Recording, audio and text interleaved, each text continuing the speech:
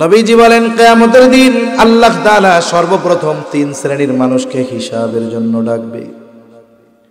আল্লাহ তাআলা একজন দানবীরকে ডাকবে, জিজ্ঞাসা করবে এত সম্পদ কি করছো? বলে দান করছি। কি জন্য দান করেছো? লোকটা বলবে আল্লাহ আপনার সন্তুষ্টির জন্য দান করেছি। আল্লাহ তাআলা বলবে বান্দা মিথ্যা বলতেছো, তুমি দান করেছো যাতে করে দুনিয়ার মানুষ তোমার দানের প্রশংসা করে। দানবীর বলে, সমাজ সেবক বলে, বান্দা যে উদ্দেশ্যে দান করেছো দুনিয়ায় তুমি তা পেয়ে গেছো, আজকে আমি আল্লাহর তরফ থেকে তোমার জন্য কিছু নাই, তুমি চলে যাও, তোমার ঠিকানা হলো চিরস্থায়ী জাহান্নাম। তিন নম্বরে আল্লাহ তাআলা একজন কারিকে ডাকবেন, আলেমকে ডাকবেন। আল্লাহ তাআলা জিজ্ঞাসা করবে কেন কোরআন শিখছো? লোকটা বলবে আল্লাহ আপনার সন্তুষ্টির জন্য কোরআন শিখেছি।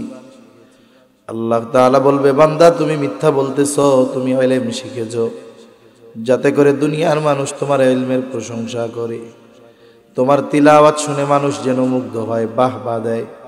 তোমার জানি মুফাসসির বলে, মুহাদ্দিস বলে, শাইখুল হাদিস বলে। বান্দা যে উদ্দেশ্যে ইলম অর্জন করছো দুনিয়ায় তুমি তা পেয়ে গেছো, আজকে আমি আল্লাহর তরফ থেকে তোমার জন্য কিছু নাই, তুমি চলে যাও, তোমার ঠিকানা হলো চিরস্থায়ী জাহান্নাম। ইয়া আইয়ুহান নাসুত্তাকু রাব্বাকুমুল্লাযী খালাকাকুম মিন নাফসিন ওয়াহিদাহ। আল্লাহ তাআলা বলেন হে মানব সম্প্রদায়, ইত্তাকু রাব্বাকুম, তোমরা তোমাদের রবকে ভয় করো। রবকে বলে খলাকাকুম মিন নাফসিন ওয়াহিদা, যিনি তোমাদেরকে একটি প্রাণ থেকে সৃষ্টি করেছেন। আসলে আমাদের সৃষ্টির মূল হলো রূহ, এই দেহটা আসলে কোনো কিছুই না। কারণ একটা মানুষ যখন মারা যায় তাকে কবরস্থ করা হয়, 2, 4, 10 বছর পর হাড্ডি মাংস সব পচে গলে মাটির সাথে মিশে যায়। 2-1টা ব্যতিক্রম ঘটনাও কিন্তু ঘটে, এটা অস্বাভাবিক। কিন্তু সাধারণভাবে দেহ মাটির সাথে পচে গলে মিশে যায়। আর মানুষের মূল হলো রূহ। হাদিসের মধ্যে এসেছে আল্লাহ তাআলা আদম আলাইহিস সালাতু ওয়াস সালামকে বানিয়েছেন মাটি থেকে, আর আমাদেরকে বানিয়েছেন আদম আলাইহিস সালাম থেকে। বলে আল্লাহ তাআলা আদম আলাইহিস সালামের পৃষ্ঠদেশ তথা পিঠ, এই পিঠ থেকে কিয়ামত পর্যন্ত যত মানুষ আসবে, যত মানুষ আছে, যত মানুষ চলে গেছে, সকলের রূহ আল্লাহ তাআলা একত্রে আদম আলাইহিস সালামের পৃষ্ঠদেশ তথা পিঠ থেকে আল্লাহ বাহির করেছে। তাহলে আমাদের মূল সৃষ্টি আল্লাহ তাআলা একজনের মধ্যে থেকে করেছেন, নারী হোক আর পুরুষ হোক। রূহ যখন রূহ ছিল, কোনটা নারী কোনটা পুরুষ এটা তো আর আলাদা করা যায় না। আর রূহ কি? আল্লাহ তাআলা বলেন রূহ হলো আল্লাহ তাআলার একটা নির্দেশ। রূহ আল্লাহ তাআলার নির্দেশ। যখন রাসূলুল্লাহ সাল্লাল্লাহু আলাইহি ওয়াসাল্লাম নিজের নবুয়তির খবর মক্কার কাফেরদেরকে দিলেন, এখন কাফেররা মক্কাবাসী এরা তো দীর্ঘকাল নবী দেখে নাই। ইসমাইল আলাইহিস সালাম মক্কায় বসতি স্থাপন করেছেন, ওনার পরে আর কোনো নবী নাই, একেবারে শেষ নবী মুহাম্মাদুর রাসূলুল্লাহ সাল্লাল্লাহু আলাইহি ওয়াসাল্লাম। বনি ইসরাইলের মধ্যে তো ধারাবাহিকভাবে নবী আসছে। এখন ওরা চিন্তা করছে, কাফেররা মনে করতো, মক্কাবাসী মনে করতো নবী হলো এমন হবে যে খাবে না, বাজারে যাবে না, বিবাহ শাদী করবে না। ওরা মনে করতো নবী হলো এরকম হবে। এই জন্য তারা আমার আপনার নবীর ব্যাপারে বলতো মালি হাদার রাসূল ইয়াকুলুত তাআম ওয়া ইয়ামশি ফিল আসওয়াক।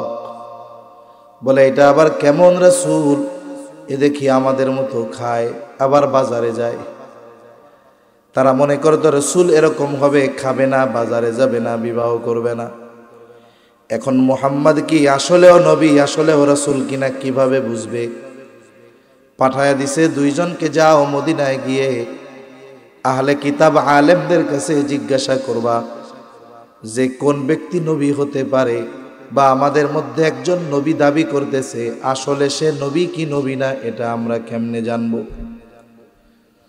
এইবার গিয়া তার কাছে প্রশ্ন করেছে যে আমাদের মধ্যে একজন নবী দাবি করে, সে আসলে নবী কি নবী নয় আমরা কিভাবে বুঝবো? আমাদেরকে একটু শিখায় দাও। এইবার ওই আহলে কিতাব আলেম 3টা প্রশ্ন তাদের শিখায় দিয়েছে। কয়টা প্রশ্ন? বলে এই 3 প্রশ্ন গিয়া তোমাদের মধ্যে নবী দাবিদার ওই ব্যক্তিকে জিজ্ঞাসা করবা, সে যদি এই 3 প্রশ্নের জবাব দিতে পারে কোনো সন্দেহ নাই সে নবী। কারণ এই 3 প্রশ্নের জবাব ওহির মাধ্যম ছাড়া দেওয়া সম্ভব। আর ওহি কার কাছে আসে? বলে যে নবী তার কাছে আসে। এবার চলে আসছে, আইসা 3 প্রশ্ন করছে, লম্বা ঘটনা আছে এখানে। নবীজি বলছে ঠিক আছে আগামীকাল বলে দিব না, কিন্তু ইনশাআল্লাহ বলতে খেয়াল নাই। আল্লাহ তাআলা এখানে আমাদের জন্য মূলত শিক্ষণীয় একটা বিষয় রাখছেন। আমাদের জন্য শিক্ষণীয় একটি বিষয়, যখন পরের দিন চলে আসছে, জিবরাইল আলাইহিস সালাম আসে না। এভাবে এক এক করে মুফাসসিরিনে কেরাম বলেন 15 দিন হয়ে গেছে। যখন কোনো জবাব আসে না, মক্কার কাফেররা বলা শুরু করছে, দেখো সত্যই যদি নবী হইতো তাইলে তো আমাদের এই কথার জবাব দিয়া দিতে পারতো, আসলে নবী না। এই সময়টা নবীজির কত পেরেশান, কত চিন্তার মধ্যে গেছে। জিবরাইল আলাইহিস সালাম এবার আসছে প্রশ্নের জবাব নিয়ে, সাথে সাথে একটা শিক্ষা আমাদের জন্য নিয়ে আসছেন। আল্লাহ তাআলা বলেন, ওয়ালা তাকুলান্না লিশাইইন ইন্নী ফাইলুন যালিকা গাদা ইল্লা আন ইয়াশা আল্লাহ। ওয়ালা তাকুলান্না লিশাইইন ইন্নী ফাইলুন যালিকা গাদা। এরকম বললেন না যে এটা আমি আগামীকাল করব, বরং কি বলবেন? ইনশাআল্লাহ, এটা আমি আগামীকাল করব, বলবো, যাব। এই জন্য ভবিষ্যতে যখন কোনো কাজ করার ব্যাপারে আমরা ইচ্ছুক হব, সাথে যোগ করব কি বলেন? এটা আমাদের পরিভাষা। মুসলমানদের কিছু পরিভাষা আছে না, প্রত্যেক মানুষের একেবারে শব্দে শব্দে, কথায় কথায় প্রয়োজন মোয়াফেক ইনশাআল্লাহ, সুবহানাল্লাহ, আলহামদুলিল্লাহ, আস্তাগফিরুল্লাহ, এই কথাগুলো ব্যবহারে অভ্যস্ত হওয়া দরকার। কেউ জিজ্ঞাসা করছে কেমন আছেন, কি বলবো? আলহামদুলিল্লাহ, ভালো আছি। এখন কেউ আপনার আমার একটু উপকার করছে, আমরা কি বলবো? জাযাকাল্লাহ। এই যে দোয়া, এগুলো আমাদের প্রত্যহ জীবনে এগুলো করা দরকার, বলা দরকার। এবার জবাব নিয়ে চলে আসলেন এই 3 প্রশ্নের একটি প্রশ্ন। ওয়ায়াসআলুনাকা আনির রূহ কুলির রূহু মিন আমরি রাব্বি ওয়া মা উতিতুম মিনাল ইলমি ইল্লা কলিলা। তারা আপনাকে জিজ্ঞাসা করে, আপনার কাছে জানতে চায় রূহ কি জিনিস। হাবিব আপনি বলে দেন, কুলির রূহু মিন আমরি রাব্বি। রূহ হলো আমার রবের আদেশ, আমার রবের প্রত্যাদেশ, আমার রবের নির্দেশ। এখন প্রশ্ন হতে পারে, রূহ দেখতে কেমন, ধরতে কেমন, আকার আকৃতি কেমন? এই প্রশ্নগুলো করার আগেই কেমন যেন আল্লাহ তাআলা জবাব দিয়ে বলেন, ওয়া মা উতিতুম মিনাল ইলমি ইল্লা কলিলা। তোমাদেরকে অতি সামান্য জ্ঞান দেওয়া হয়েছে। তার মানে কিছু বিষয় আছে আল্লাহ তাআলা বললে ওইটার উপরে ঈমান আনতে হয়। সব কিছু যুক্তির পিছনে দৌড়াইলে হয় না। শয়তান যেমন যুক্তির পিছনে দৌড়াইয়া চির অভিশপ্ত লানত প্রাপ্ত হয়ে গেছে। যখন কোরআন এবং হাদিসের মধ্যে সুস্পষ্ট আল্লাহর বার্তা, রাসূলের বার্তা, ওই জায়গায় যুক্তি খোঁজার কোনো প্রয়োজন নাই। আল্লাহ তাআলা বলেছেন বিশ্বাস করে নিব, এটাই ঈমান। ঠিক কিনা বলেন? আল্লাহ তাআলা বললেন তোমাদেরকে অতি সামান্য জ্ঞান দেওয়া হয়েছে। কত সামান্য! যাই হোক, জেহেনে আসলো কথাটা বলার জন্য, এই জন্য বলি। কোরআনুল কারীমে কিছু শিক্ষা সফরের ঘটনা আছে। সূরা কাহাফের মধ্যে শিক্ষা সফরের ঘটনা আছে। মনে রাখবেন, আমাদের দেশ থেকে স্কুল কলেজ ভার্সিটি থেকে শিক্ষা সফরে যায়, ওই জায়গায় আসলে সুশিক্ষা নয়, ওটা হলো কুশিক্ষার সফর। ঠিক কিনা বলেন? জেনা ব্যভিচার পাপাচারের সফর। শিক্ষা সফর কি? বলে তাবলীগের সফর শিক্ষা সফর। শিক্ষা সফর কি? ওমরার সফর শিক্ষা সফর, হজের সফর শিক্ষা সফর। এগুলো মূল শিক্ষা সফর। কোরআনুল কারীমের শিক্ষা সফরগুলোর মধ্যে একটা সফর হইল, বলে মূসা আর খিজির আলাইহিস সালাম, এই দুইজনের সফর। এখন মূসা আলাইহিস সালাম আর খিজির আলাইহিস সালামের সফর শুরু হয়েছে। লম্বা কথা, আমার বলার মতো ইচ্ছাও নাই, সময়ও নাই। কেন সফরটা? মূল হলো মজলিসের মধ্যে মূসা আলাইহিস সালাম ওয়াজ করতেছে, বয়ান করতেছে। এর মধ্য থেকে একজন জিজ্ঞাসা করতেছে, সবচেয়ে বড় জ্ঞানী কে, আলেম কে? মূসা আলাইহিস সালাম বলছে আমি। যৌক্তিক একদিক দিয়ে ঠিক, কারণ আল্লাহ তাআলা যাকে যেই জায়গার নবী বানান, ওই কওম বা সম্প্রদায় বা এলাকার সবচাইতে বড় আলেম ওই নবীই থাকে, তার উপরে কেউ থাকে না। এই দৃষ্টিকোণ থেকে ঠিক। কিন্তু আল্লাহ তাআলার ইচ্ছা তো ভিন্ন রকম। আল্লাহ তাআলা মূসা আলাইহিস সালামের সফরে পাঠাই দিলেন। এখন মূসা আলাইহিস সালামকে খিজির আলাইহিস সালামের কাছে পাঠাইছেন কে? জোরে বলেন না কে? এখন যে মূসা আলাইহিস সালাম কেন আসতেছে, খিজির আলাইহিস সালাম জানে না? জানে, আল্লাহ জানাই দিছে তো। এখন যাই হোক, লম্বা কথার পরে দুইজনে সফর শুরু করছে। দুজনের সফরের শুরু কি? বলে দুইজনে একটা নৌকায় সমুদ্র পাড়ি দিবে, পার হবে। এখন দুইজনে নৌকার মধ্যে উঠছে। ওঠার পরে যখন নৌকা মাঝ দরিয়ায় সমুদ্রের মাঝের দিকে গেছে, যারা সমুদ্র পথে সফর করেছেন দেখে থাকবেন যে সমুদ্রের মধ্যে এক ধরনের পাখি আছে, গাংচিল। এরা সমুদ্রের মধ্যেই থাকে। ওদের যখন পানি পান করার দরকার হয়, ওরা উড়ন্ত অবস্থায় ঠোঁট সমুদ্রের সাথে লাগায়া, নদীর সাথে লাগায়া পানি পান করে। উঠতে থাকে, সাথে ঠোঁট লাগায়া কি করে? পানি পান করে। এরকম একটা দৃশ্য খিজির আলাইহিস সালামের চোখে ধরা পড়ছে। খিজির আলাইহিস সালাম মূসা আলাইহিস সালামকে বলতেছে, ভাই দেখো দেখো। এইবার দৃশ্যটা দুইজনেই দেখলো। খিজির আলাইহিস সালাম বলে, ভাই মূসা, আল্লাহ তাআলার ইলম, আল্লাহ তাআলার জ্ঞান যদি হয় গোটা সমুদ্র পরিমাণ, আল্লাহ তাআলার জ্ঞানের তুলনায় গোটা সৃষ্টি জগতের সকলের জ্ঞান ওই পাখির ঠোঁটে লেগে থাকা পানির চাইতেও অনেক কম। আল্লাহর জ্ঞান যদি হয় গোটা সমুদ্র, আল্লাহ তাআলার জ্ঞানের তুলনায় গোটা সৃষ্টি জগতের গোটা মাখলুক যত আছে সকলের জ্ঞান হলো পাখির ঠোঁটে লেগে থাকা যে পরিমাণ পানি, বলে তার চেয়েও কম। সুবহানাল্লাহ বলে। তাহলে বলেন তো, আল্লাহ তাআলা যখন বলছে যে তোমাদেরকে অতি সামান্য জ্ঞান দেওয়া হয়েছে, তা আমাদের জ্ঞান কত সামান্য এটা নির্ণয় করার মতো জ্ঞানও আমাদের নাই। এজন্য অনেক কিছু আমরা বুঝি না, বুঝে আসে না, কিন্তু ঈমান আনতে হয়।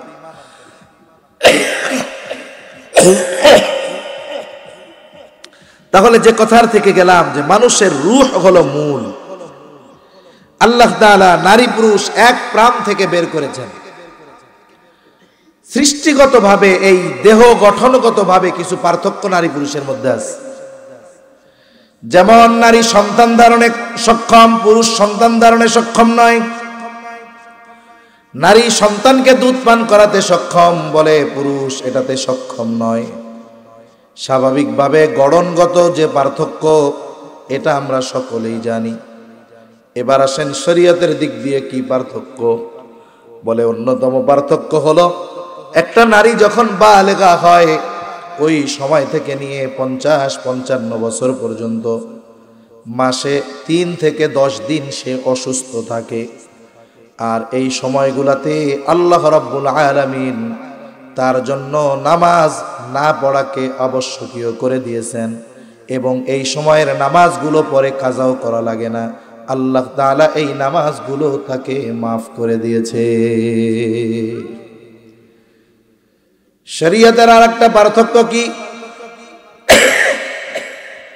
বলে সম্পদ বন্টনের ক্ষেত্রে পার্থক্যটা কি? বলে নারীকে যা দেওয়া হয় তার দ্বিগুণ দেওয়া হয় পুরুষকে। আল্লাহ তাআলা এই বন্টন রীতি নির্ধারিত করে কোরআনুল কারীমের মধ্যে জানায়া দেন, ইউসিকুমুল্লাহু ফি আওলাদিকুম লিযযাকারি মিসলু হাযযিল উনসায়াইন। আল্লাহ তাআলা বলেন ইউসিকুমুল্লাহ, আল্লাহ তাআলা ওসিয়ত করতেছেন ফি আওলাদিকুম, তোমাদের সন্তানদের ব্যাপারে। কি ওসিয়ত? বলে লিযযাকারি মিসলু হাযযিল উনসায়াইন, তোমাদের ছেলেদের জন্য দুই কন্যার সমপরিমাণ। তার মানে দুইজন কন্যা যতটুকু সম্পদ পাবে একজন ছেলে ততটুকু সম্পদ পাবে। বলেন না এই বন্টন নির্ধারিত করেছেন কে? বিশেষ করে ইসলাম বিদ্বেষীরা এই বিষয়টাকে সামনে এনে বলতে চায় ইসলাম নারীকে ঠকাইছে, ইসলাম নারীকে সমান অধিকার দেয় নাই। নাউজুবিল্লাহ। কিন্তু বাস্তবতা কি? বলে কিছু জিনিস আছে দেখা যায় কম, কিন্তু এটার মধ্যে বরকত আছে। উদাহরণ দিই তাহলে বুঝতে সহজ হবে। মনে করেন 1 লোক চাকরি করে, তার বেতন হইল 15,000 টাকা। আর একজন চাকরি করে, বেতন হইল 30,000 টাকা। স্বাভাবিক সময় ইসলাম পূর্ব সময় নারীদেরকে বোঝা মনে করা হইতো।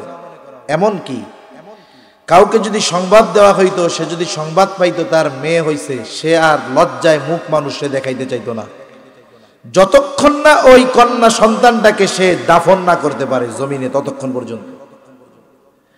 তার মানে জাহেলিয়াতের সময় ইসলাম পূর্বকালীন একটা মেয়ের বেঁচে থাকারই অধিকার ছিল না, সম্পদের অধিকার তো সে বহুত পরে।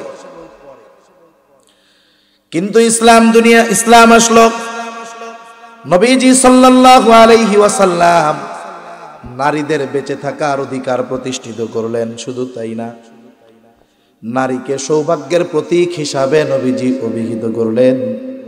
নবীজি জানায় দিলেন 2টা কন্যা হয়েছে, যথাযথভাবে তাকে লালন পালন করলো, দিন শেখালো, দিনদার পাত্রের হাতে তুলে দিল।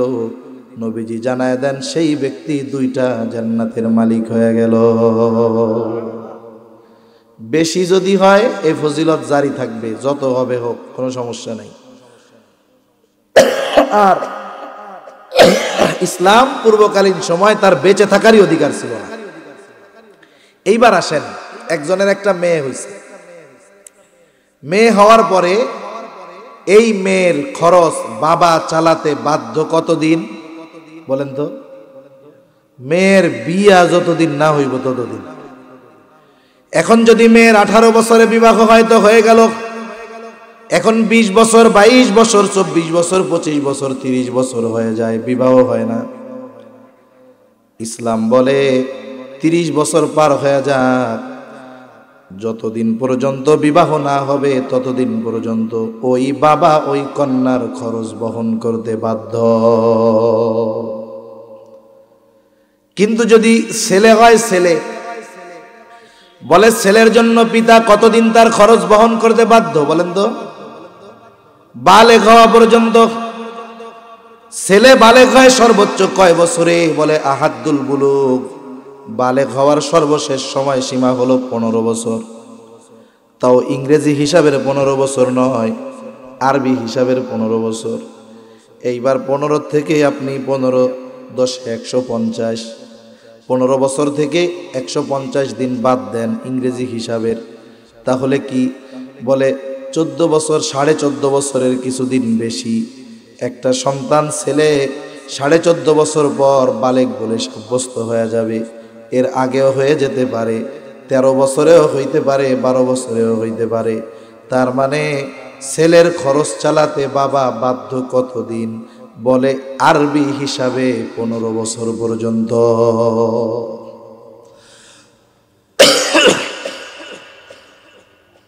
এই বালেগ হওয়ার পরে বাপ যদি বলে যে আমি তোমার খরচ আর চালাইতে পারবো না, বলেন তো এ কথা বলার অধিকার বাবার আছে না নাই? কিন্তু মেয়ে যদি বালেগা হওয়ার পরে বিয়ে না হয়, কয় তোর খরচ আর চালাইতে পারুম না, এই কথা বলার অধিকার বাবার আছে? এখন বলেন বাবার বাড়িতে কে জিতলো, ছেলে না মেয়ে? জোরে বলেন কে? মেয়ে জিতছে। এরপরে মেয়েটার বিবাহ ঠিক হয়ে গেছে। মনে করেন ছেলেটা দেখতে খুব হ্যান্ডসাম, উচ্চ শিক্ষিত, সব কিছু ঠিক আছে, সবার পছন্দ, ছেলেরও মেয়ে পছন্দ, মেয়েরও ছেলে পছন্দ। এক জায়গায় একটা জিনিস সমস্যা হয়ে গেছে। বলে সমস্যা কি?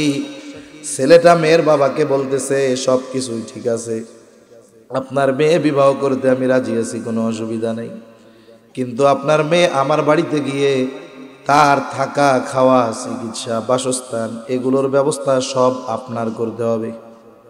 বলেন তো কোনো বেটা যদি এই শর্ত দেয় শ্বশুরে মেয়ে বিয়ে করার জন্য, ওই বেটারে কি আপনারা রাখবেন না সাইজ করে দিবেন? বেটা বিয়ে করতে আইসো, বউ জ্বালাইতে পারবা না, খাওয়াইতে পারবা না। তার মানে দেখেন, বিবাহ করতে হলে ওই মেয়ের মৌলিক যত প্রয়োজনীয়তা আছে এগুলো পূরণের প্রতিশ্রুতি দিয়ে এরপরে কবুল করতে হয়, ঠিক কিনা বলেন? তার মানে একটা মেয়ে যখন বাবার বাড়ি থেকে স্বামীর বাড়িতে যায়, তার সব খরচ বহনের দায়িত্ব কার? আর ছেলে যখন একটা বিয়ে কইরা আনে, তখন ওই মেয়ের সব খরচ চালানোর দায়িত্ব তার। স্বামীর বাড়িতে মেয়ের সংসার চলতেছে, অনেক সময় অনাকাঙ্ক্ষিত ঘটনা ঘটে যায়, দেখা যায় স্বামী স্ত্রীর মধ্যে বিচ্ছেদ হয়ে যায়। আমাদের সমাজের একটা রোগ আছে, যখন কোনো সংসার ভেঙে যায়, স্বামী স্ত্রীর মধ্যে বিচ্ছেদ ঘটে, একতরফা ভাবে তালাকের জন্য মেয়েদেরকে দায়ী করা হয়। মানে মেয়েটা তালাক প্রাপ্তা, সব দোষ ওরে দেয়। যে একজন বলে যে অমুকের মেয়েটা খুব ভালো, দিনদার, আর একজন মুখ একটা বেকা করে কেউ ভালো হইলে আর তালাক খাইতো না, এরকম বলার লোক আছে না নাই? ভালো হইলে তো বিয়া দিছিল, সংসারই করতে পারতো। এইসব গল্প বেটা গোছ আমাকে মা বোনরা আরো বেশি করে। ঠিক বললাম না ভুল বললাম? আচ্ছা বলেন তো, একটা মেয়ে মনে করেন দিনদার, মাদ্রাসায় পড়ছে, আলেমা, বাপও ভালো, মুসল্লি মানুষ, কিন্তু আমাদের বাপদের সমস্যা আছে। যার একটা ভালো মেয়ে আছে, বাপ মনে করে এটা আমার একটা গনিমত, দিনদার পোলা আসলে বিয়া দিব না। নিজে দিনদার, কিন্তু মাইয়া বিয়া দেওয়ার বেলায় টোকা এলো মালদার। যদি দেখে যে মাল পানি আছে, বাড়ি গাড়ি আছে, ওর চরিত্র কি আর খোঁজ নেয় না, সব টাকায় ঢাকা পড়ে যায়। এইবার ওই দিনদার মেয়েটারে বিবাহ দিয়ে দিছে, শহরে 5 তলা বাড়ি আছে, চিন্তা করছে আর কি লাগে, বছরে মায়ের বাড়িতে যামু আর খামু, এসির মধ্যে ঘুমামু, কি আরাম। কিন্তু গিয়ে দেখা গেল কি, মেয়ে তো দিনদার, কিন্তু ছেলেটার ক্যারেক্টার খারাপ, ছেলেটা পরনারীতে আসক্ত, মাদক আসক্ত।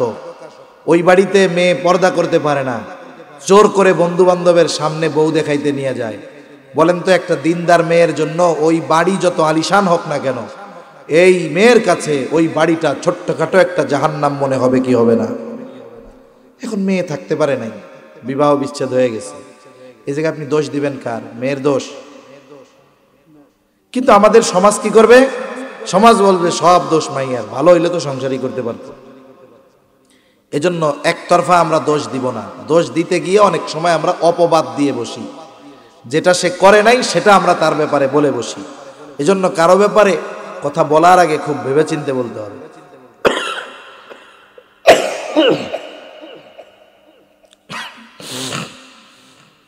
আল্লাহ না করুন, মনে করেন মেয়েটার বিবাহ বিচ্ছেদ হয়ে গেল, আবার পুনরায় বাবার বাড়িতে ফিরে আসলো।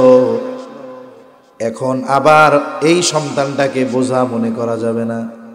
বলে আবার যতদিন পুনরায় ওই মেয়েটার অন্য কোথাও বিবাহ না হবে, ততদিন পর্যন্ত তার বাবা আবার তার খরচ বহন করতে বাধ্য। আর যদি স্বাভাবিক জীবন ঠিক থাকে, এবার মেয়েটা সন্তান আল্লাহ দিয়েছে, সন্তান বড় হয়েছে, স্বামী মারা গেছে, স্বামী মারা গেছে, তাতে কি আল্লাহ তাআলা স্পেশাল ভাবে কোরআনের আয়াত নাজিল করে নবীজি স্পেশাল নির্দেশনার মাধ্যমে ওই সন্তানদেরকে মাতা পিতার প্রতি সদাচরণ করার নির্দেশ দিয়েছে। মনে করেন মা বেঁচে আছে, বাবা নাই, সন্তান আছে, নবীজির হাদিস আছে না প্রসিদ্ধ, মেম্বারে উঠতেছে আর কয় আমিন আমিন, 3 বার বলছে। জিজ্ঞাসা করছে সাহাবায়ে কেরাম, আমিন বললেন কারণ কি? এর মধ্যে একটা কারণ যে তার বৃদ্ধ মা বাবাকে পাইল অথবা দুজনের একজনরে পাইল, কিন্তু তাদের সন্তুষ্টি অর্জন করতে পারলো না, তাদের খেদমত সন্তুষ্টির মাধ্যমে জান্নাত কামাই করতে পারলো না, সে ধ্বংস হোক। দোয়া করছে রুহুল আমিন, আর আমিন বলছে রহমাতুল লিল আলামিন। বলেন তো এই দোয়া যে কবুল হয়েছে কোনো সন্দেহ আছে? আবার আল্লাহ তাআলা বলেন ওয়াকাদা রাব্বুকা আল্লা তা'বুদু ইল্লা ইয়্যাহু ওয়া বিল ওয়ালিদাইনি ইহসানা ইম্মা ইয়াবলুগান্না ইনদাকাল কিবারা আহাদুহুমা আও কিলাহুমা ফালা তাকুল লাহুমা উফফিন ওয়ালা তানহারহুমা وَقُلْ لَهُمَا قَوْلًا كَرِيمًا। আল্লাহ তাআলা চূড়ান্ত ফয়সালা দিয়ে দিয়েছেন, আল্লাহ তা'বুদু ইল্লা ইয়্যাহ, তারই একমাত্র ইবাদত করতে হবে। সাথে সাথে আল্লাহ তাআলা তার ইবাদতের বরবরই বলেন ওয়াবিল ওয়ালিদাইনি ইহসানা, পিতামাতার সাথে সদাচরণ করতে হবে। ইম্মা ইয়াবলুগান্না আহাদুহুমা আও কিলাহুমা, যদি তার কাছে তার পিতা মাতা উভয়ের মধ্য থেকে একজন অথবা উভয় তার কাছে বার্ধক্যে উপনীত হয়। আল্লাহ তাআলা বলেন ইম্মা ইয়াবলুগান্না ইনদাকাল কিবারা আহাদুহুমা আও কিলাহুমা ফালা তাকুল লাহুমা উফফিন ওয়ালা তানহারহুমা ওয়া কুল লাহুমা কওলান কারীমা। পিতামাতা দুইজন অথবা একজন যদি তার কাছে বার্ধক্যে উপনীত হয়। এখন মানুষ যখন বার্ধক্যে উপনীত হয় তার মধ্যে কিছু শিশু সুলভ আচরণ আবার ফিরে আসে, ছোটবেলার কিছু আচরণ বুড়া মানুষের মধ্যে চলে আসে, এটা সৃষ্টিগতভাবে হয়। এখন কি হয়, ছোটকালের শিশুকালের শিশু সুলভ আচরণ ভাল লাগে, কিন্তু বুড়া মানুষের শিশু সুলভ আচরণ এটা বিরক্তি লাগে। কথা কি বুঝতেছেন নাকি? মনে করেন আপনার ছোট বাচ্চা এন একটা জিনিস দেখে জিজ্ঞাসা করে আব্বু এটা কি? আপনি বলেন এটা বাঁশ। এটা কি? বাঁশ। ওইটা কি? বাঁশ। 100 বারও যদি বলে আপনি বিরক্ত হন না, হাসি মুখে 100 বার তার কথার জবাব দেন। কিন্তু যখন একটা মানুষ বার্ধক্যে পৌঁছায়া যায়, তার স্মৃতিশক্তি লোপ পায়, স্মরণ শক্তি লোপ পায়, কমে যায়, তখনও উনি মাঝে মধ্যে একটা জিনিস বারবার জিজ্ঞাসা করে, একবার দুইবার জিজ্ঞাসা করার পরে দেখা যায় কি হয়, সন্তানরা বিরক্তি হয়ে গেছে, এক জিনিস এতবার জিজ্ঞাসা করে নাকি? এই আচরণটা করতে মানা করছেন কে? আল্লাহ তাআলা বলেন ফালা তাকুল লাহুমা উফ, তাদের সাথে কোনো ব্যাপারে উফ শব্দটাও ব্যবহার করবা না। তাদের আচরণের দ্বারা যদি বিরক্তি আসে উফ শব্দটাও তুমি বলবা না। চিন্তা করে দেখেন তাহলে সন্তানের উপরে কেমন আইন প্রয়োগ করছে আল্লাহ তাআলা। যেই কথা বোঝানোর জন্য মূলত বললাম, একটা নারী যখন বাবার ঘরে তার সব খরচ বহন করে তার বাবা, স্বামীর ঘরে তখন সব খরচ বহন করবে স্বামী বাধ্য। বলে স্বামী নাই সন্তান আছে, তার সব খরচ করা সন্তানকে আল্লাহ তাআলা বাধ্য করে দিয়েছে। তার মানে আল্লাহ তাআলা নারীকে যতটুক দিয়েছে সবটুকুই তার থেকে যায়, তার আর কোনো ব্যয় নাই। কিন্তু পুরুষ সে এক সময় স্বামী হয়,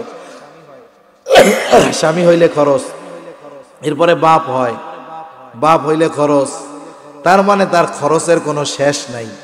তাহলে বলেন, যদিও এই বন্টনে দেখা যায় যে পুরুষকে নারীর দ্বিগুণ দেওয়া হয়েছে, নারীকে পুরুষের অর্ধেক দেওয়া হয়েছে, কিন্তু খরচের দিক যদি নজর দেওয়া হয় দেখা যায় আল্লাহ তাআলা এই জায়গায় নারীকেই জিতিয়ে দিয়েছে, ঠিক কিনা বলেন? কিন্তু ইবাদতের ক্ষেত্রে এমনটা আল্লাহ তাআলা করেন নাই যে পুরুষ তাহাজ্জুদ পড়লে সওয়াব বেশি, নারী পড়লে কম, এমনটা করেন নাই। এখানেও যদি হিসাব করা হয় নারীরে আল্লাহ জিতায় দিছে, নারীকে আল্লাহ তাআলা এই জায়গায়ও জিতিয়ে দিয়েছে। আমাদের ঢাকা শহর সহ অনেক জায়গায় মহিলারা বিভিন্ন জায়গায় কাজ করে, ইটের ভাটায় কাজ করে, অনেকে রাস্তায় কাজ করে, পেটের দায়ে অনেকে করে। দেখা যায় একই কাজ নারী গুরুত্ব সহকারে বেশি করে, পুরুষ ফাঁকি দিয়া কম করে। কিন্তু টাকা দেওয়ার সময় পুরুষরা দিল 900, মহিলারে 700 টাকা দিয়া কয় তুই বিড়ি মানুষ, এত টাকা দিয়া কি করবি যা, ঠিক কিনা কোন?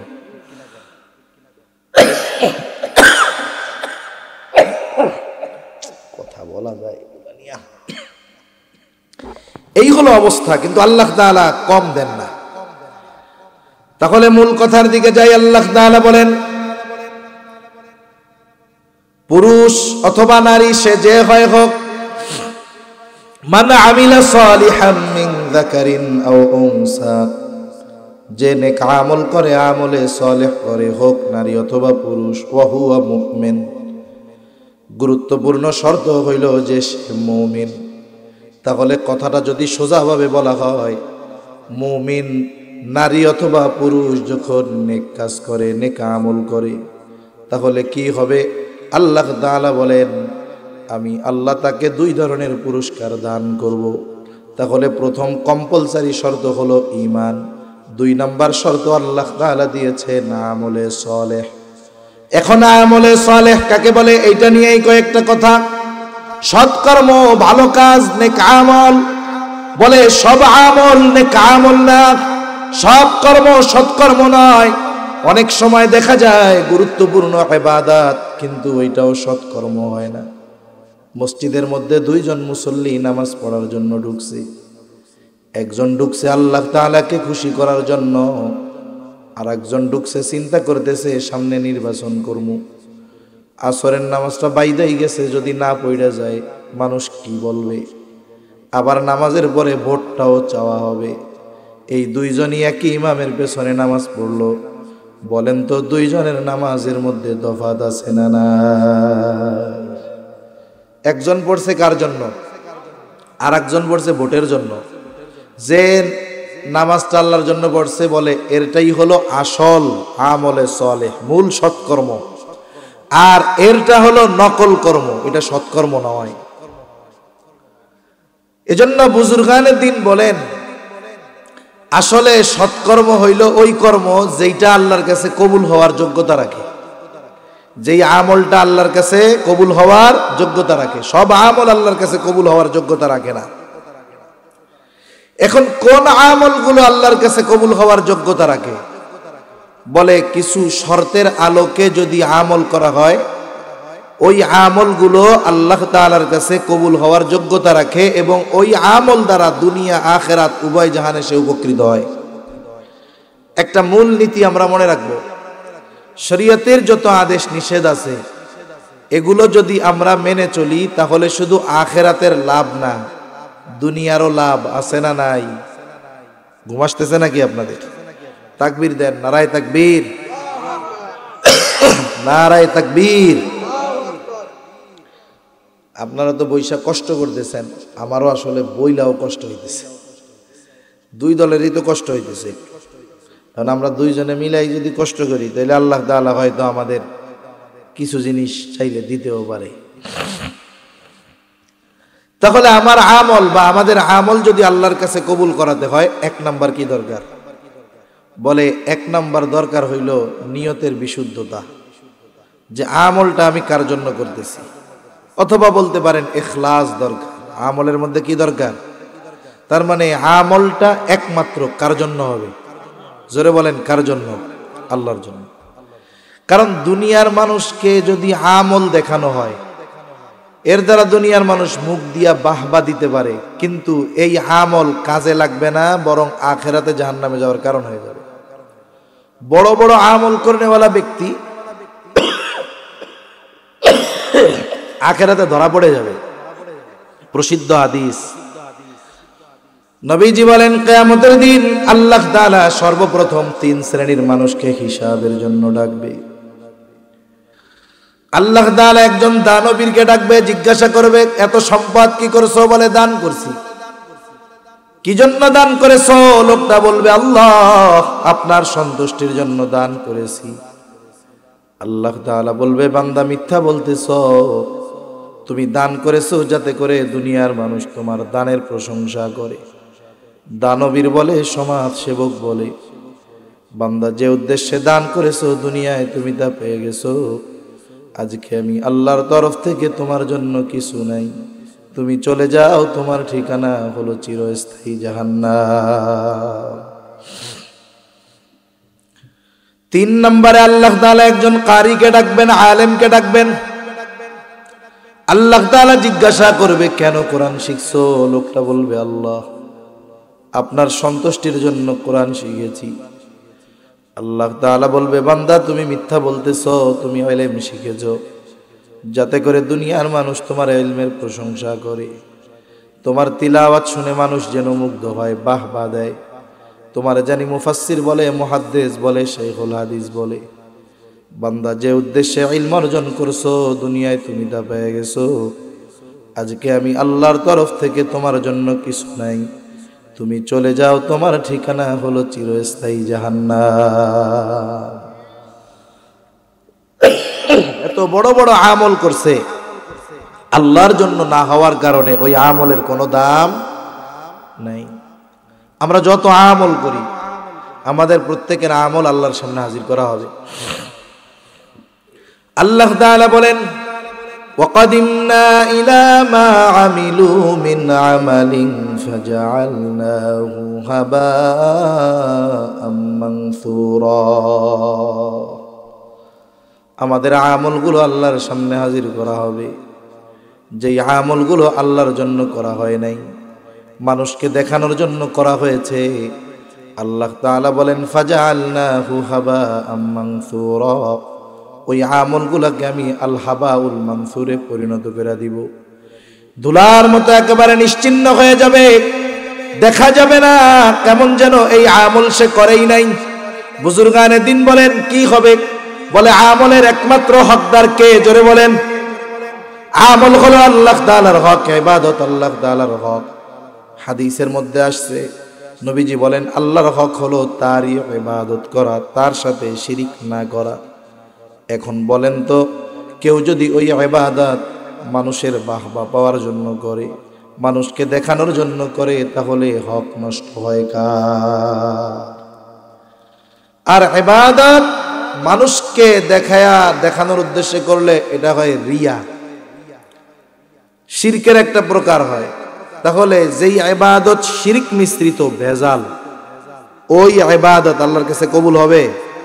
ব্যাংকে টাকা একটা নিয়ে গেছে, দেখতে তো 500 টাকার নোটের মতোই লাগে, কিন্তু টাকাটা হইলো জাল, মেশিনে ধরা পড়ছে।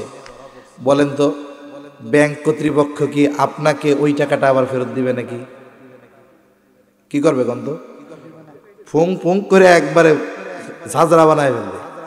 আপনি আমি যদি বেশি তিডিং বিডিং করি তাহলে কবে যে জাল টাকার মামলা দিয়ে কিন্তু ধরাই দিব। তাহলে উল্টা কি হবে? টাকা বাদ, উল্টা আরো শাস্তি পাওয়া লাগতে পারে, ঠিক কিনা বলেন? বলে ইবাদতে ভেজাল ঢুকছে, ইবাদত বাদ, উল্টা কি হবে? বলে ইবাদতের হক ছিল আল্লাহ তাআলার, করে নাই, বাতিল। এই যে শিরিক মিশ্রিত ইবাদত, শিরক হইছে, কয় জন্য লোকের শাস্তি জাহান্নাম। এজন্য ইবাদত যতটুকুই করি একমাত্র কার সন্তুষ্টির জন্য করব? জোরে বলেন। এজন্য দেখা যাবে যে আল্লাহর জন্য ছোট আমল কইরা মাফ পেয়ে গেছে, আবার অনেক বড় আমল কইরা ধরা খেয়ে গেছে, কিন্তু আল্লাহর জন্য না করার কারণে। ওই যে এক দুশ্চরিত্রা নারী, দেখেন কুকুরে পানি পান করাইছে, কুকুরকে পানি পান করাইছে, আল্লাহ তাআলার কাছে এটা পছন্দ হয়ে গেছে। নবীজি বলেন এই কারণে আল্লাহ তাআলা তাদের মাফ করে দিবে। সুবহানাল্লাহ। তাহলে আমল আল্লাহ তাআলার কাছে কবুল হওয়ার জন্য 1 নাম্বার দরকার হলো ইখলাস, যে আমলটা একমাত্র আল্লাহ তাআলার জন্য করা হবে। 2 নাম্বার যেটা দরকার, বলে পৃথিবীতে এমন কোনো আমল নাই যেই আমলের পদ্ধতি নবীজি দেখায়া দেন নাই, এটার নাম হলো সুন্নাত। তার মানে আমার আপনার ইবাদত আমলটা হতে হবে নবীজির তরিকায়।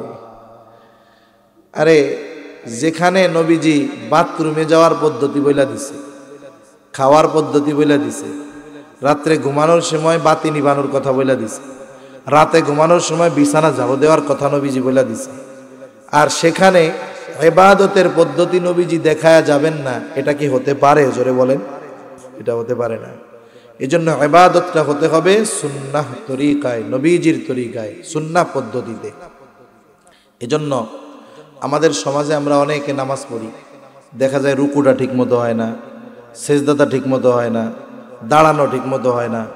এগুলো আমাদের ওলামায়ে কেরামের কাছ থেকে, ইমাম সাহেবদের কাছ থেকে শিখে নিতে হবে। না হলে দেখা যাবে একজন সারা জীবন নামাজ পড়ছে, দেখা যাবে কিয়ামতের দিন তার রুকু হয় নাই। এখন কোন তো রুকু কি? রুকু যদি না হয় তো নামাজই হয় নাই তার। এজন্য নামাজের পদ্ধতিগুলো বুজুর্গানে দ্বীনের কাছ থেকে শিখে নিতে হয় প্র্যাকটিক্যাল ভাবে। কেমনে দাঁড়াতে হবে, কেমনে হাত বাঁধতে হবে, কেমনে রুকু করতে হবে, কেমনে সেজদা করতে হবে। বলেন তো এগুলো শেখার দরকার আছে না নাই? আরে একজন করে নাই সে শাস্তি পাবে এক বিষয়, আর একজন করার পরে যদি কবুল না হওয়ার কারণে শাস্তি পায়, এর আরো আফসোস বেশি না?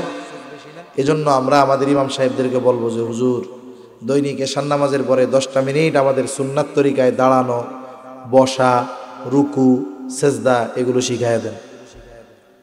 এগুলো ইমাম সাহেবের কাছে বলতে কোনো লজ্জা আছে নাকি? অনেকে তো চিন্তা করে যে আমি যে এই দোয়া পারি না, ইমাম সাহেব যদি জানে তাহলে কি ইজ্জত থাকবো? ইমাম সাহেবের উপরে যে গরম ঝাড়ি মারি, এখন উনি যদি জানে আমি দোয়ায় কোনো পারি না, তাই তো আমার কাম সারা। এই জন্য উনি যে পারে না এইটা ইমাম সাহেবরে কয় না।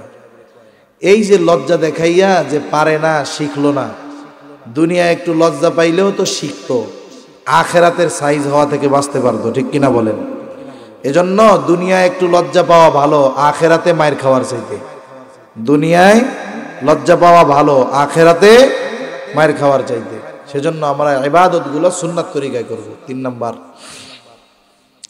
যেই ইবাদত করব ওই ইবাদতের মাসলা মাসাইলগুলো জানবো। দেখেন, দ্বীন ইলম শিক্ষা করা শুধু হুজুরদের উপরে ফরজ, কি বলেন? ইমাম সাহেবদের উপরে ফরজ।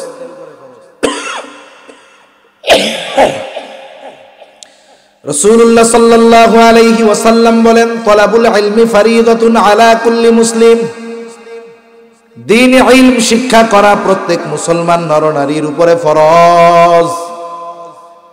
প্রথম কথা, কতটুকু ফরজ? বুজুর্গানে দ্বীনের কথা নকল করে শোনাই। বলে একটা মানুষ শরীয়তের উপরে চলার জন্য যতটুকু দরকার ততটুকু শিক্ষা করা ফরজ। কিন্তু আর একদল বলে না, আর একটু বেশি ফরজ।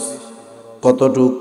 বলে নিজে শরীয়তের উপরে চলতে, অধীনস্থদেরকে চালাতে যতটুকু ইলমে দ্বীন দরকার ততটুকু শিক্ষা করা সকল মুসলমানের জন্য ফরজ। এখন বলেন, লম্বা কথার দিকে যাব না। মনে করেন একজন নামাজে দাঁড়াইছে, নামাজের বাহিরে ভিতরে কয় ফরজ? জোরে কন, আর জোরে, কয় ফরজ? বলেন তো, যদি 13 ফরজ থেকে একটা ফরজ ছুটে যায়, নামাজ থাকবে না যাবে? যেই আল্লাহর বান্দার 13 ফরজ জানা নাই, দেখা যাবে নামাজের মধ্যে ফরজ ছুটে যায়, টেরও পায় না। আল্লাহর বান্দা টের পাক আর না পাক, বলেন তো তার নামাজ থাকবে নাকি বাদ হয়ে যাবে? নামাজের ওয়াজিব 14টা। বলে ওয়াজিব যদি ছুইটা যায়, সাহু সেজদা দিলে নামাজ হয়ে যায়, তো টেরই পাবে না, সাহু সেজদাও দেবে না, নামাজও হবে না। বলে নামাজ ভাঙার কারণ 19টা। 19টা কারণ পাওয়া লাগবে না, একটা পাইলেই নামাজ ভাঙার জন্য যথেষ্ট। এখন আল্লাহর বান্দা নামাজ ভাঙার 19 কারণ জানে না, দেখা যাবে তার প্রতি নামাজ, এই নামাজ ভাঙার কোনো না কারণ একটা পাওয়া যায়, তাহলে দেখা যাবে না জানার কারণে তার জীবনের অনেক নামাজ হয় নাই। আবার দেখেন, অজু ভাঙার কারণ 7টা জানতে হবে, কারণ নামাজের মধ্যেও যদি অজু ভাঙার কারণ একটা পাওয়া যায়, অজু ছুইটা যাবে, তো নামাজ হবে না। আবার দেখেন, অজুর ফরজ, গোসলের ফরজগুলো জানতে হবে। এই যে শীতের সময় বিশেষ করে কুনুর মধ্যে, টাকনুর মধ্যে, পায়ের ফাটার মধ্যে, নিচে শীতের কালে শুকায় শক্ত হয়ে থাকে। আমরা একটু আলসামি করতে গিয়া দেখা যায় পাটা ভালো মতো ডলি না, শক্ত চামড়া, উপর দিয়া পানি চলে গেছে কিন্তু ভেজে নাই। আরে বলে অজু করার সময় যদি যেই অঙ্গ প্রত্যঙ্গগুলো ধোয়া ফরজ, এইগুলার কোনোটার যদি এক চুল পরিমাণ শুকনা থাকে, অজু হইল না, অজু হইল না তো তার নামাজও হইল না। গোসলের ফরজ, বলে ফরজ যদি আদায় না হয় গোসল হইল না, পবিত্রতা অর্জন হলো না, তার ইবাদত হলো না। এই জন্য বিশেষ করে তাহারাত, পবিত্রতা সম্পৃক্ত মাসলা মাসাইলগুলো, ইবাদত সম্পৃক্ত মাসলা মাসাইলগুলো আমাদের সকলের জানার দরকার আছে না? খোঁজ নিলে দেখা যাবে আমরা অনেকে পারি না। খোঁজ নিলে কি দেখা যাবে? অনেক নামাজি পড়ে না। কত নামাজি জানা আছে 30 বছর নামাজ পড়ে, দোয়ায় কুনুত পারে না, কুলু আল্লাহ দিয়ে চালায় দেয়, এখনো শেখারও চেষ্টা করে না। আপনাদের মনে হয় ওয়াজ একটু কঠিন হইতেছে, তাই না? কইব যে লোকজন কম, হুজুর একটু ঘটনা মটনা কইব, হ্যাঁ, কিন্তু এ কি কথা কইতেছে, পোষা মারা কথা কয় খালি। দরকার এইগুলো, দরকার কি দরকার না বলেন? শেখার দরকার আছে না? এখন পোলাপাইনটা তো মাদ্রাসায় দিলেন, শিখলো। পোলাপাইন যা পারে ওগুলো আমিও পারবো না। ওই যে নুরানির ক্লাস 2 একটা দাঁড়া করাই দিবেন, বাজান তুমি 2 রাকাত নামাজে 60টা মাসালা পড়ো আর বলো, ও ঠাস ঠাস করে কয়ে দিবে এটা ওয়াজিব, এটা সুন্নাত, এটা মুস্তাহাব, ওযুর থেকে শুরু করে সব কয়ে দিতে পারবো। এখন বুড়া মানুষ আপনারা পারবেন কেমনে? আপনাদের জন্য এক মাদ্রাসা আছে, কয় চলতি ফিরতি মাদ্রাসা। আমরা তো মনে করি তাবলিগে যে 6 সূরা শিখতে হয়, আসলে বিষয়টা তা না। এখন মনে করেন আমি যদি 6 সূরার হুজুর হই, আপনাকে আমি কি 15 সূরা শিখাইতে পারবো নাকি? তাইলে আমার যদি 9 সূরা শিখতে হয়, কমপক্ষে 10 সূরা জাননেওয়ালা লোকের কাছে যাইতে হবে। এখন আপনি তাবলিগে যাবেন, আপনার সময় আছে, আল্লাহ রাস্তায় একটু সময় দিয়ে দেন না 3 চিল্লা। এই যে তাবলিগ ইস্তেমার আসতেছে 31 জানুয়ারি, 1-2 ফেব্রুয়ারি, ওলামা ইকরামের তত্ত্বাবধানে আপনি সময় দেন, 3 চিল্লা লাগান, জীবনের কত সময় পাওয়া যাবে।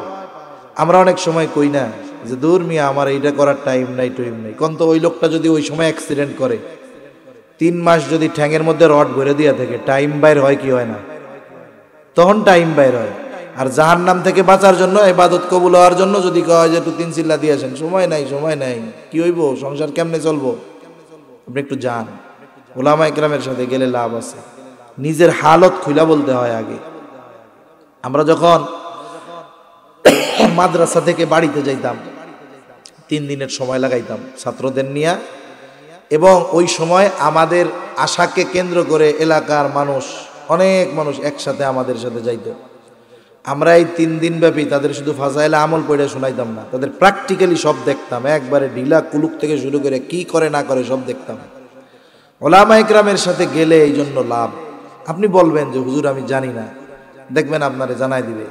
কত তাবলিগওয়ালা আছে, এই জায়গায় যে পোস্টার একটা দেখতেছি যে আল্লামা নাসিরউদ্দিন যুক্তিবাদী সাহেব হুজুর আসবে 20 তারিখ। এই আল্লাহর বান্দা যে কত মানুষরে তাশকিল কইরা তাবলিগে পাঠাইছে, উনি নিজেও অনেক সময় দেওয়ার চেষ্টা করে। এমন কি কারগুজারি আছে, উনি গেছে জামাত নিয়া, এমন জামাত নিয়ে গেছে যে ওরা আলিফ বাই পড়তে পারে না ঠিক মতো। এইরকম মানুষদের পেছনে মেহনত কইরা যখন একজন বাড়ি ফিরছে, কারো 20 পারা, কারো 25 পারা, কমপক্ষে কোরআন শরীফ ধরছে, এইরকম অবস্থা হয়েছে।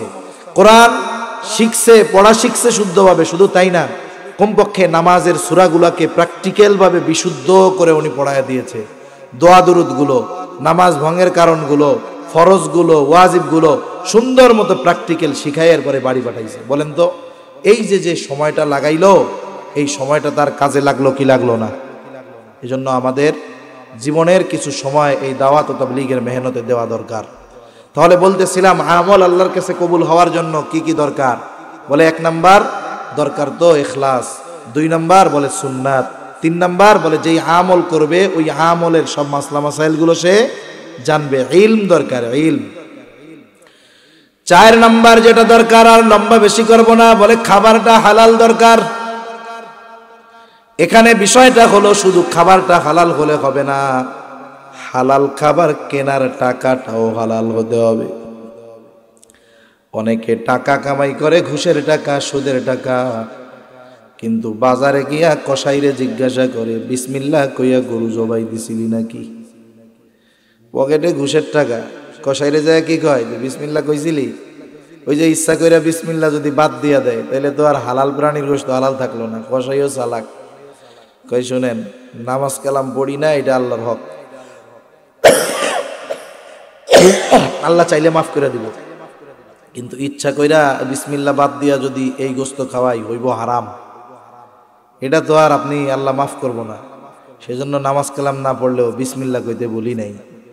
এবার কয় দে 20 কেজি গোশত দে রে, রমজান মাস আসতেছে দে। পকেটের থেকে টাকা বের করছে ঘুষের, ও চিন্তা করতেছে আমি হালাল গোশত কিনে নিয়ে চলে গেলাম। এজন্য উপার্জনটাও হালাল হওয়ার দরকার আছে না নাই? অনেকে মনে করে মনে হয় সুদ ঘুষ খালি হারাম, না না। মনে করেন এক পোলা চাকরি করে এক রেস্টুরেন্টে, হোটেলে, খুব পরিশ্রম করে, সকাল 8টা থেকে রাত 10টা ডিউটি করে, খুব পরিশ্রম করে টাকা পয়সা উপার্জন করে। এখন বাড়ি এসে কয় যে আমি আমার কাজে কোনো ফাঁকি দিই না, খুব পরিশ্রম করে উপার্জন করি, আমার টাকায় কোনো ভেজাল নেই। জিজ্ঞাসা করছে কি চাকরি করস? বলে অমুক চাইনিজ রেস্টুরেন্টে। কয় তোর কাম কি? বলে আমার কাজ হইল কাস্টমাররে মদ পরিবেশন করা। এখন কোন তো সে যে কাজটা করতেছে, পরিশ্রম তো করতেছে ঠিক, কিন্তু সে যে কাজটা করতেছে এই কাজটা কি?